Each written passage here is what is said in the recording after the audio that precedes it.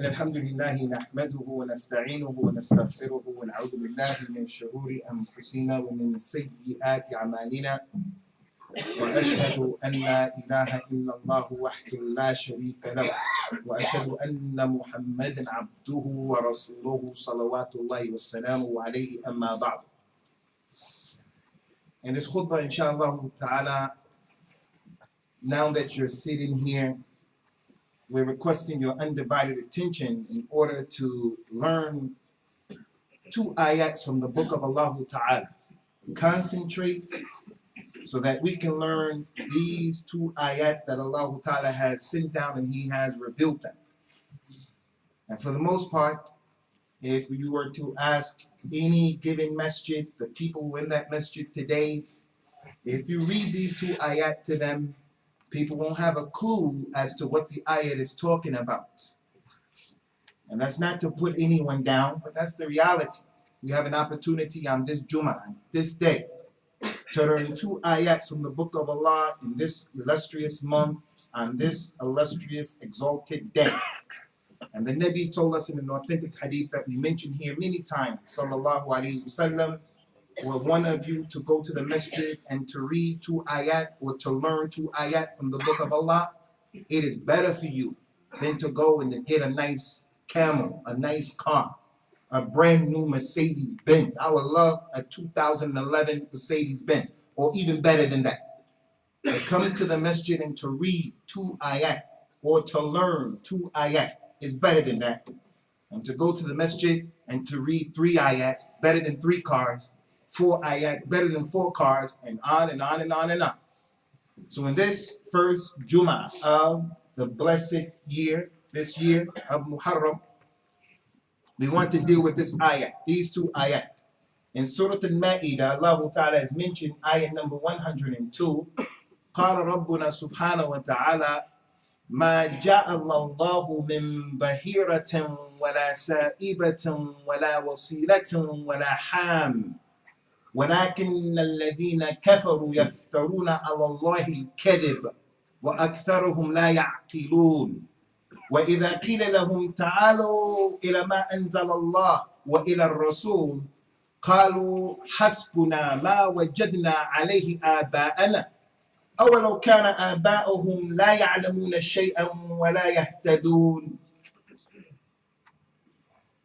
Allah Ta'ala has mentioned something concerning the practice of the kuffar of Quraysh, and this is connected to the lives of the Muslims as well, all of us. He said in this ayah, Allah has not made the Bahira, nor has He made the Sa'iba, nor has He made the Wasilah, nor has He made the Ham from His religion. This is not accepted. Pay attention to these 4 words in our religion. Allah has not legislated the Bahira. Ya Abdullah, what is the Bahira? Allah has not legislated the Sa'iba. Abdullah Muslim, what is a Sa'iba in your religion? What is a Sa'iba? Allah Ta'ala has not made the Wasila with a Sad. And Allah Subhanahu wa Ta'ala has not made the Ham from the religion. But instead, those people who disbelieve, they concoct lies against Allah, and most of them don't know. And if it is said to the kuffar of Quraysh, or if it's said to the people concerning this issue and other issues, come to what Allah has revealed and to His Messenger sallallahu alaihi wasallam, who has explained what Allah has revealed. Come to the Quran and come to the Sunnah. You will find those people saying no. Instead, we're going to follow what we found our fathers doing. We don't want that Quran and we don't want that Sunnah. We're going to follow what we found our fathers doing. Allah said, tell them, Ya Muhammad, you're going to follow your fathers and what they were doing, your culture. You're going to follow your traditions. You're going to follow those. Although your fathers had no knowledge and your fathers were not rightly guided. When the Nabi came, sallallahu alaihi wasallam, to the kuffar of Quraysh, he said to them, Qulu la ilaha illallah. They didn't say to him, that equation doesn't make sense. That formula doesn't make sense, Ya Muhammad, and we're going to argue with you to show you how and why it doesn't make sense. They didn't say that. They said, we're not going to say La ilaha illallah because our fathers didn't say La ilaha illallah. So concerning this issue of these 4 points. Allah Ta'ala mentioned 4 practices of the people of Quraysh. One practice was the practice of the Bahira that Allah mentioned in the ayah. The Bahira was the thing that they had in their minds about a woman or any female animal that had a lot of babies. They would look at anyone who had a lot of babies, a man or a woman, as something that was special and spectacular. If a man had 20 children, even if they were all from zina, even if he wasn't taking care of them, even if they were out in the community creating chaos, they thought that that was a man. And the one who didn't have a baby, they will look at him or her as if something was wrong with that person. And that's why they told the Nabi sallallahu alaihi wasallam, one of their criticisms of him was, you don't have any sons. You don't have any sons, Ya Muhammad. And Allah Ta'ala explained to him that the one who was arguing with you, in the the one who was saying this, he's going to be forgotten. He won't be remembered. So the point here, the Bahira in this ayah, it was the camel, the female camel with the Quraysh. The female camel that had 5 offspring. After it had 5 babies, first 2 could be twins, could be triplets. The important thing is, if the camel had 5 babies, 5 offspring, they thought that was a big thing. After the 5th baby came out from the camel, they would slit the ear of the she camel, the mother. They would slit the ear, and they would tell the community, this camel is a Bahira. It can walk around and it can do whatever it wants to do. You can't milk it, you can't slaughter it, you can't shoo it away, you can't put anything on his back to carry. He was free, and they used to do that for their idols, not for Allah, for their idols, showing their sincerity to the idols. The 5th baby that came out of that camel, the Bahira, the 5th baby, they would look at it. If the baby came out as a female, they would leave it. They would slit the ear and say, you are like the mother, the Bahira. You'll grow up for the rest of your life. Anyone who sees this camel, they're going to respect it. If that camel came into your house and it began to eat your dough or did anything in your house, you were afraid during that time to even say, get out of my house. You just have to look at him. And they used to do that religiously. If it came out a girl, it would grow up the rest of its life being haram to eat. If it came out a boy, if it came out a male, then the Kuffar Quraysh said, we the men will eat it. We will eat it if it was a male. But if it came out a male, it was haram for the women. Haram. They made it haram for the women. If it came out dead, then the men and the women, they both can eat it. Allah Ta'ala mentioned about this issue and this process in Surah Al-An'am. وَقَالُوا مَا فِي بَطُونِ هَذِهِ الْأَنْعَامِ خَالِصَةٌ لِذَكُورِنَا وَمُحَرَّمٌ عَلَى أَزْوَاجِنَا وَإِنْ يَكُمْ مَيْتَةً فَهُمْ فِيهِ شُرَكَاء. They said, what is in the stomach of these cattle, in the stomach of these animals, they are special for only our men. Only our men. And it's haram for our women. But if it comes out dead, then our men and our women, all of us will eat from it. That's the Bahira. Allah didn't make that from the religion Quraysh. You making haram when Allah made halal. You making halal for some people and haram for other people. That's not from the religion. The second issue is the sa'iba. The sa'iba. The sa'iba, ikhwani, is very important because it's connected to the Prophet's mother and father, sallallahu alaihi wasallam. And that is, the Nabi sallallahu alaihi wasallam explained the sa'iba and how it was connected to the times of the Jahiliyyah. He told his community, last night I saw in a dream a man who was known to them in Jahiliyyah. His name was Amr ibn Luhay al-Khuza'i. Important personality in the history of the Arabs of Mecca, Quraysh. Amr ibn Luhay al-Khuza'i. He said, I saw him in the hellfire, dragging his intestines, being punished in the hellfire. They said, why is that, Ya Rasulullah? قال صلى الله عليه وسلم لأنه كان أول من سيب السوائب وغير الدين إسماعيل. He's going to be punished in the hellfire like that because he was the first person to make the sa'iba. And he was the first person to change the religion of Ismail and Ibrahim. Before the Prophet came sallallahu alaihi wasallam to Quraysh, the people of Quraysh, they were supposed to be on the religion of Ibrahim and Ismail. And some of them were. Abu Bakr never made shirk with Allah before the Nabi came. Rasulullah never made shirk with Allah before he was a Nabi and a Rasul. Abu Bakr never made shirk. Uthman never made shirk. Khadija never made shirk. Some of them even were Christians, like Waraqa ibn Nawfal, the cousin of Aish, of Khadija. Some of the people didn't make shirk. Others made shirk. From them who made shirk, the mother and the father of the Nabi sallallahu alayhi wa sallam, Amina and Abdullah, they made shirk. Abu Lahab, Abu Jahl, they made shirk. And as a result of that, all of the people who made shirk before the Nabi sallallahu alayhi wa sallam, they're going to go to the hellfire. And that's what the Nabi said. Whoever likes it, he likes it. Whoever doesn't like it, he doesn't like it. That's what the Nabi said, and that's what the Quran said. This man, Amr ibn Luhay al-Khuzai, he came and he changed the religion of Ibrahim and Ismail. He started to draw in the Kaaba, Ibrahim making divination, Ibrahim doing shirk. He was one of the people who introduced the idols of Quraysh. He was one of the people who came up with this concept of the Sa'iba that was mentioned in this ayah. Allah didn't make the Sa'iba. What's the Sa'iba? The Sa'iba is a process that the Quraysh used to do. If a man had a problem, if she had a problem, back during that time, the relative is going to come from a Sham. It's going to take him a month to get to Medina, get to Mecca. They would send a caravan and tell the people, tell my nephew, tell my uncle, tell my father, tell my wife, tell them that I'm coming. I'm going to leave on Saturday. I should be there in a month's time. The person is waiting for the relative to come and they're nervous. So they'll say during that time, if he arrives safely, I'm going to take this camel and I'm going to free it for the gods. I'm going to free it for the idols. If I have a baby boy, I'm going to free this one for the idols. They used to do this. They used to have that ikhlas. Sometimes he would say, the man of Quraysh, because my wife gave birth to 2 sons, I will free 10 slaves. They used to do that. Free 10 slaves, sometimes for Allah and sometimes for the idols. They had sincerity and they wanted to get close to Allah. As Sa'iba was the process. Anything that happened when they had a problem, they were free a camel, and that camel, you couldn't harm it, you couldn't touch it, you couldn't milk it, you couldn't slaughter it. It wasn't to work. It can eat from whatever it wants to eat from, and it can drink from wherever it wants to drink from, and it was for the idols. Allah Azza wa Jalla mentioned in this ayah, that's not from the religion of Al-Islam. Although you have that sincerity, it's not from the religion of Al-Islam. It's not sanctioned, similar to some of us. In our culture, you'll find some people understand slaughtering is from the best deeds in Al-Islam.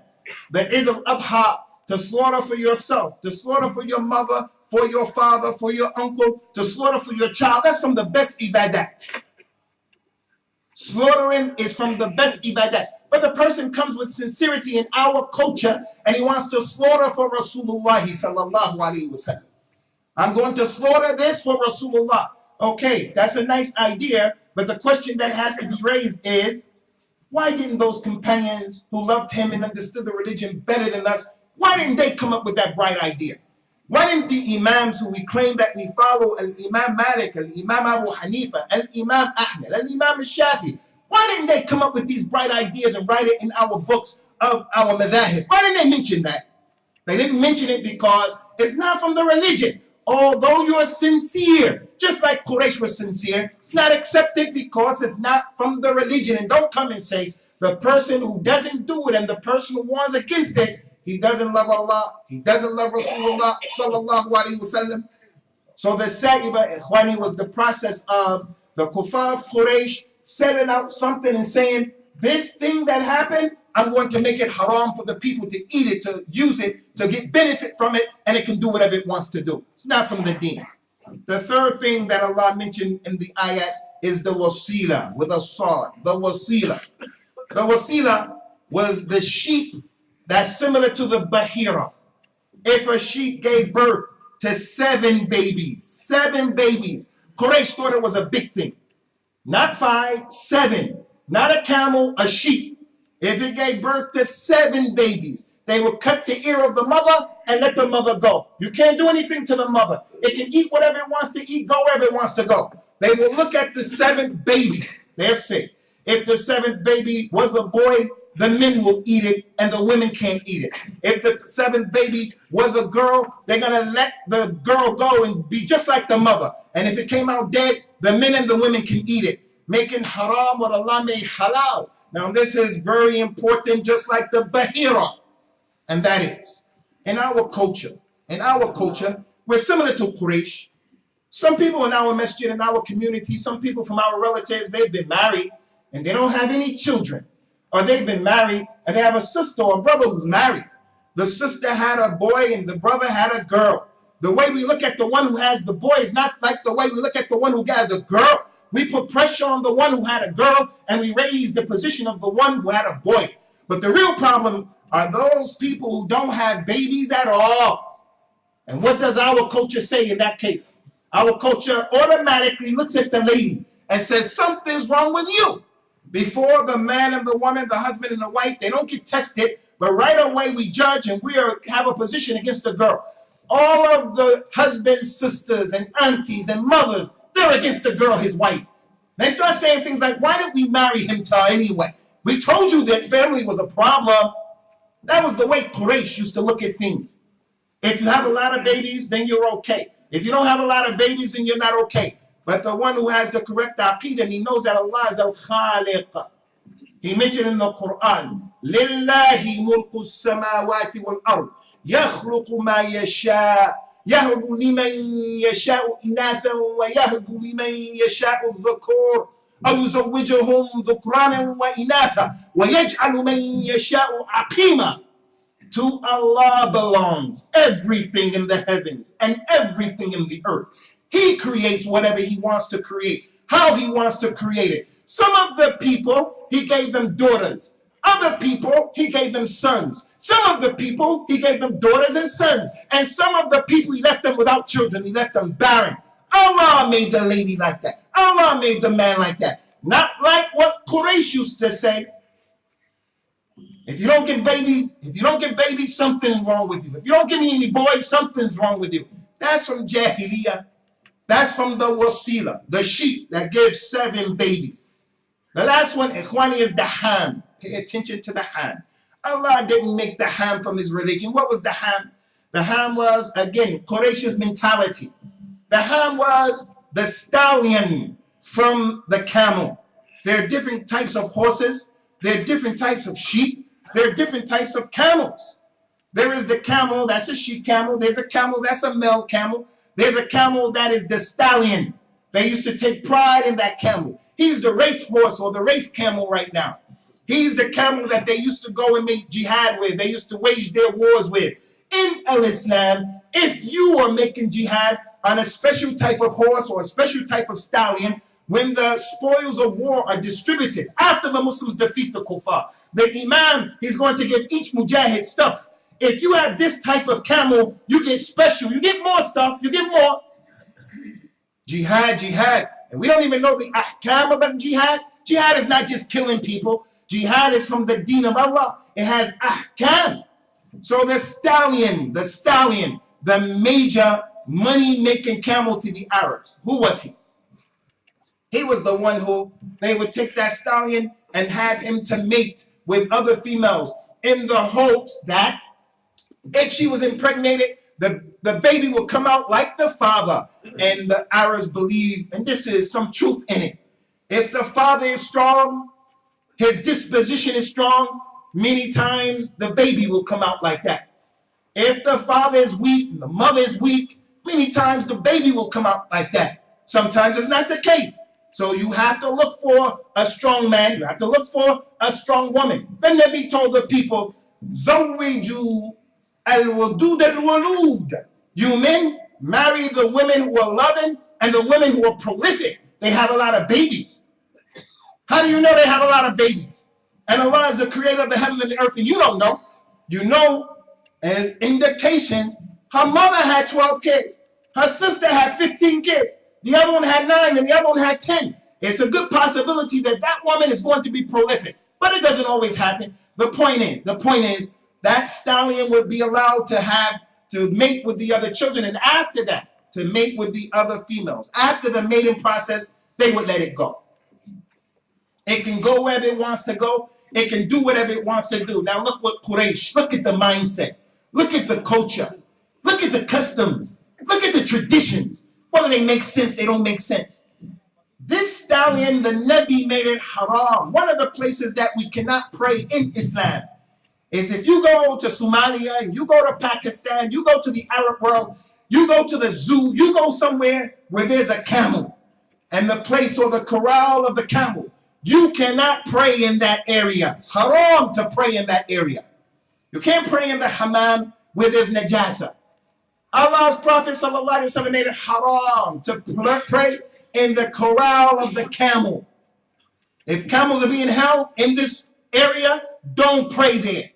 Even if all of them are over there and you want to pray in the corner, you can't pray inside of that corral in Islam. Why? One of the reasons is because of this ham. This stallion camel, something is wrong with him.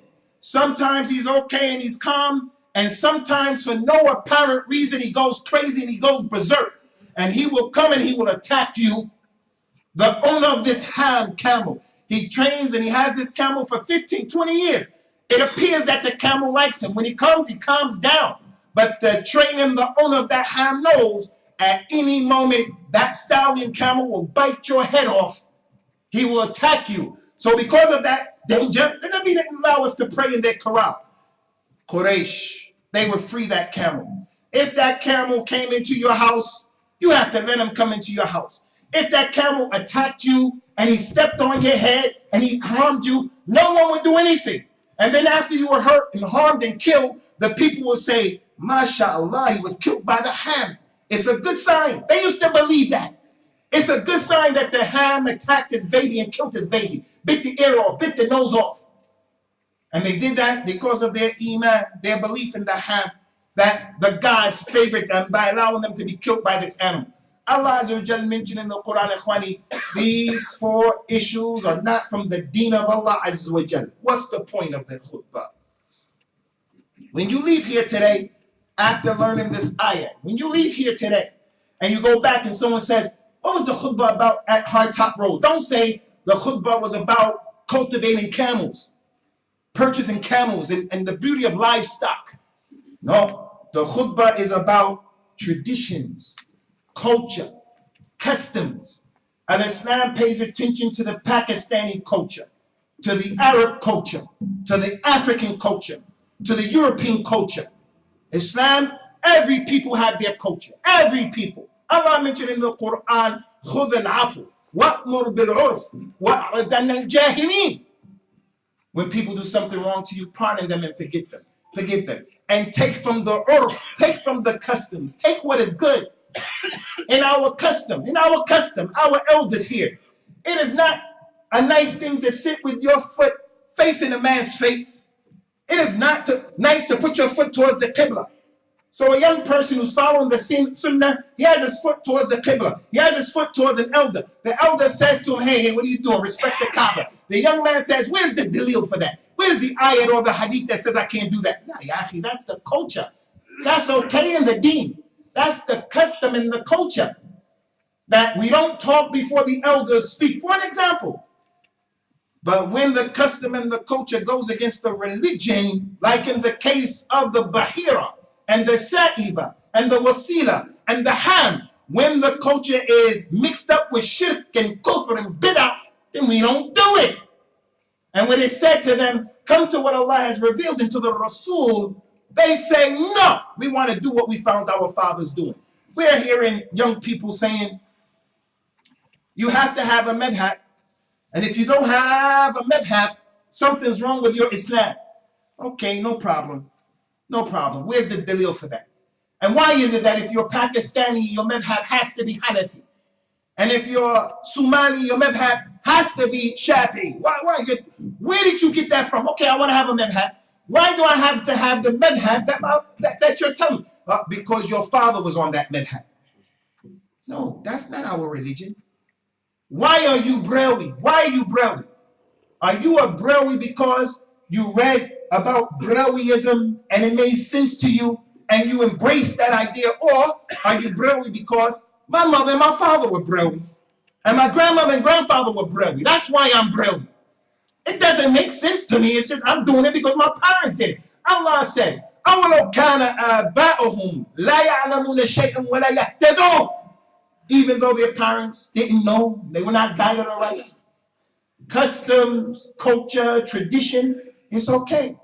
I'm a Pushtum. This is an example. I'm a Pushtum. And it's well known that me and my people are brave and loyal people. We're brave and we're loyal people. And I'm going to be loyal to my uncle and my cousins and my friends if they are having a war with drug dealers because they're fighting over the turf. They're selling drugs. We're selling, and my friends are selling drugs. Not me. I'm not selling drugs. But because I'm Pushtun, I have to go and support them because we're loyal. La ya akhi. Loyalty is beautiful. Loyalty is from the deen. That is an honorable characteristic to be in any group of people, but not when it's dealt with like that. Honor killings. Honor killings. We must kill them. We have to kill them. Why? This is what our fathers used to do. The way we treat our wives. This is how we treat women in our culture. This is how we treat them. The woman has, and even some of us who come from Africa, Allah musta'an. Some of us who come from Africa, we take our daughters and we circumcise our daughters and we mutilate them.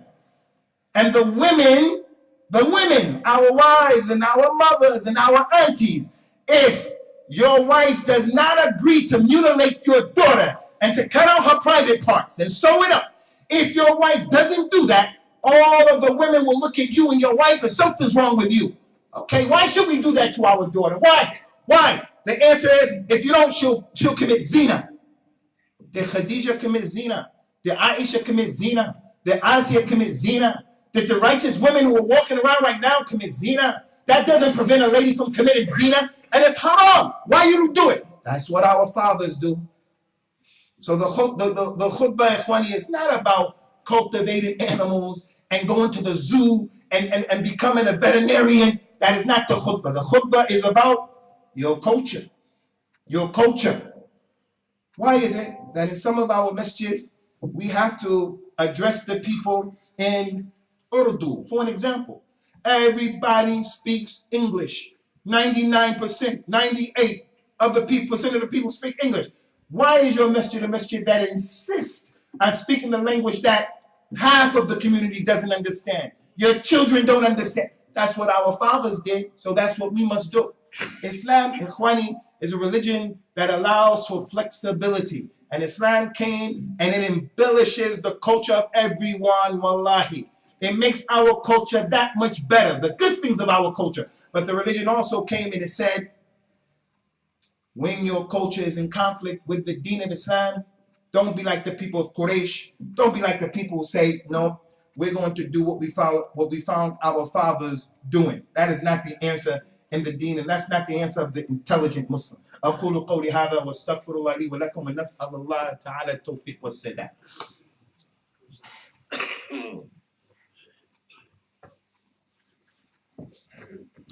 Alhamdulillah wassalatu wassalam ala rasulillah. Ikhwani, today, before coming to this khutbah, I was in two minds. I really wanted to give the khutbah about another issue, but I have to mention in these last few moments, bi'idhnillah. But I really wanted to make the khutbah about this issue of something that's taking place in the Muslim world right now. People of Ahlul Hadith should know about it. First of all, these problems that are taking place in Egypt, Algeria, Libya, Syria, it concerns us because the stability of the Muslims is being compromised and people are getting killed. Despots and oppressive leaders, they can't leave the chair, and the way the Muslims want to get them out of the chair and all of the confusion that comes as a result of it. And the kuffar are in the middle, in the mix, making all kinds of issues and all kinds of problems, and we're losing our lives. Big fitna facing the Muslim time. We don't distinguish between any group of people. We're concerned about the lives and the blood and the property of all Muslims. But obviously, if you're from Syria, you're going to be closer to that issue because that's where your relative, that's your country. What happens in Pakistan is going to affect you more because that's where you come from. What's going on in Somalia is going to affect you more because that's where you come from. But I, not coming from Pakistan, Somalia, and Syria, I can't detach myself as a Muslim, so it doesn't bother me because the Muslims are like one body. If part of his body hurts, one part, his arm hurts, his head, and the rest of his body doesn't say, that's your problem, go ahead, you handle your business. The whole body is going to suffer from sleeplessness and fever. If you get divorced, it affects me. I'm not happy for that. Someone sent the paper. They're going to have a brain surgery. Mohammadi Ibrahim is going to have operation Thursday due to a brain tumor.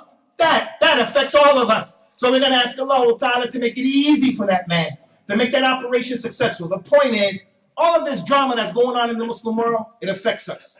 But there's one issue I want to bring to your attention. You're not aware of it because Reuters is not going to talk about it. Al Jazeera is not going to talk about it. BBC is not going to talk about it.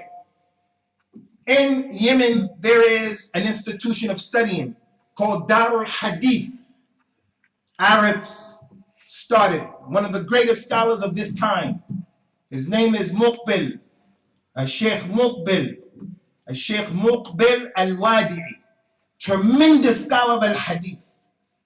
Tremendous scholar of al-Hadith. 30 years ago, he started this Darul Hadith, where you can go there for free to study. Your child can go there for free to study. And when they're studying there for free, they're studying Qala Allah, Qala Rasulullah, the way of the Salaf and the way of Ahlul Hadith. You can memorize the Quran and become a good Muslim. It's difficult to live there. Difficult. Malaria, dysentery, and all kind of other issues. It's not easy. And they have to contend with that. So we have people from the UK, people from all over the world, Indonesia, Japan, all over the world, they go there and they study. In that area, there are a group of Shiite, Rafida Shiite, Kufar Shiite, Ithna Ashariya Shiite, people who on the 10th of Muharram are going to do all kind of crazy things because that's what they found their fathers doing. For the last month, they have blockaded those brothers and sisters who are studying. And because Yemen doesn't have a government right now, and that place is far away, they blockaded the people for the last month, and the people are dying one by one. For the last month, people of Ahlul Hadith, people of the Sunnah. I care about the Muslims in Egypt and in Syria and in Pakistan. But the people of Ahlul Hadith have a special place because they're the Ghuraba. Inshallah, may Allah make us from them. The Houthis, these people of the Shiite, they have military might more than those people. They have AK-47s. That's all they had. The other kuffar from the Rafida, they have serious military weapons. What's their problem? What's their problem with those people in the camp? Their problem is those people are Wahhabis. They don't love Rasulullah. Those people are going to spread Wahhabism. And they hate them like some of our relatives hate you when you come to the Sunnah. Some of these Muslims hate you just because you say, Rabbi Allah, wa Rasulullah, who is my Nabi. He's not my Ilah, he's not my Khaliq. So the people say, you don't love Rasulullah, I hate you. There are Muslims like that. They will kill you because you believe in that, especially in Pakistan, places like that. For the last 2 weeks, since Saturday, actually, they started shooting the people one by one. You go to the YouTube and you put in the YouTube, damage, killings. They're going to show you the pictures of the 23 people who were killed recently, where all of them, most of them were shot in the head. The sniper is sitting there and he's just shooting. You come out of your house, they're shooting you one by one. A lady came out of the library, they shot in that head. Women are pregnant, they're losing their babies and they're dying because they can't go to the hospital. They've been trapped for 40 days, 40, no food, no anything. That's what's taking place right now in Yemen with people of the Sunnah. I want to bring that to your attention so that you'll take the opportunity today on this Friday in Muharram to make dua to those people, to Allah, make dua to Allah, that Allah subhanahu wa ta'ala helps those people and those students that were killed unjustly in that type of way, that Allah ta'ala gives them shahada fi sabilillah subhanahu wa ta'ala. Don't forget those people in your dua on this Friday and other than this Friday, as well as the rest of the Muslims who are sick, like this brother Mohammadi Ibrahim. May Allah subhanahu wa ta'ala establish us firmly upon the kitab and the sunnah in accordance with the understanding of the Salaf of this ummah, and may He not allow us to die except people of a tawheed. May He protect us from shirk and innovation, and may He give back to the Muslims their place of prominence. Lastly, concerning that issue, Ikhwani, you young brothers, they asked a Sheikh, Salih al-Fawzan, one of the big scholars today, Sheikh, what's your advice to the people of Damaj, of Ahl Sunnah, those Salafi brothers? What's your advice to them in this fitna? The Sheikh could have said anything. He said, my advice to them is that they should stop having ikhtilaf between themselves. Because in Yemen, Ahl Sunnah al Hadith, like in Pakistan, like in the UK, Ahl Sunnah are fighting each other. I don't agree with you, you don't agree with me, and we have all these problems. In this masjid, our top masjid, Green Lane Masjid, we're having these problems. He said, I advise them to stop having ikhtilaf, because if their enemies saw that they were united, they wouldn't dare try to harm them. That's what Allah mentioned in the Quran. وَلَا تَنَازَعُوا. Don't fight between yourselves, because if you do, your power will go away. Your enemy is going to come and get you. People of the Sunnah love the Sunnah, love the people of the Sunnah, and have the proper etiquette in al-ikhtilaf. Establish the salat, yarhamakumullah.